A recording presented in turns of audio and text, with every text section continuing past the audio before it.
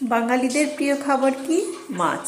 আর মাছ খেতে গেলে কত যে ঝামেলা, কুটো বাটো রান্না করো, অনেক অনেক ঝামেলা। কিন্তু চিংড়ি মাছ করতে কিন্তু বেশি, কাটতে কিন্তু বেশি সমস্যা হয় না।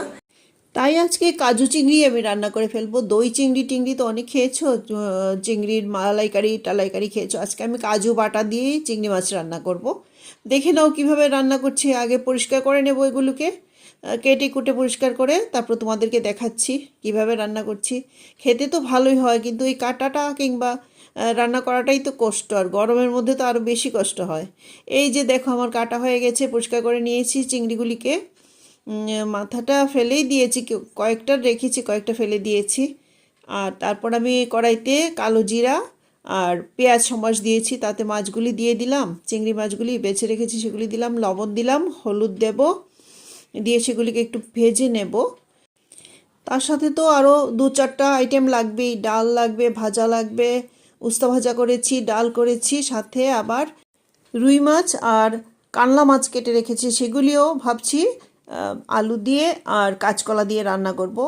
ওই ঝোলটা খেতে বেশ ভালো লাগে, আর এখন তো একটু গরম পড়েছে, গরমের মধ্যে বেশ ভালোই লাগে।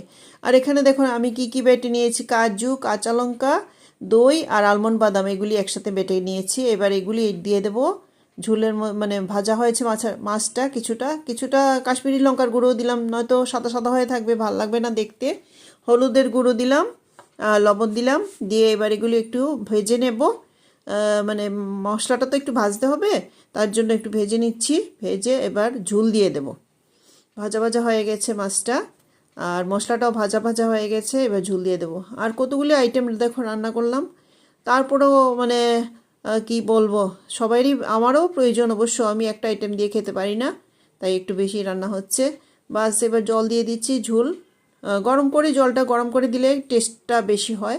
একটু আমি শুকিয়ে নেব ঝোলটাকে। আর কাঁচা লঙ্কা দিয়েছি দুটো, এগুলিতে হয়ে যাবে। যার ঝাল খাওয়ার ইচ্ছা আছে বেশি ঝাল, সে খেয়ে নেবে। আমি একটু ঝাল ভালোবাসি, ঝাল ঝাল খেতে ভালোবাসি। বাস আমার চিংড়ির মালাইকারিও বলতে পারো বা কাজু চিংড়িও বলতে পারো, কমপ্লিট হয়ে গেছে। এবার ঢেলে নেব, নামিয়ে নেব, নামিয়ে গরম গরম ভাতের সাথে পরিবেশন করব। খেতে দুর্দান্তই হয়েছে।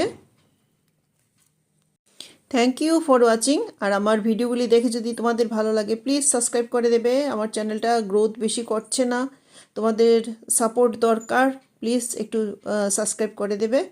ফেসবুকে আমার অ্যাকাউন্ট আছে, তোমরা দেখতে পারো। তো সেখানে রান্নাটা আমি বেশি দেই না, অন্য অনেক কিছুই বাইরে ঘুরি, সেগুলি দেই। দেখো কি টেস্টি হয়েছে।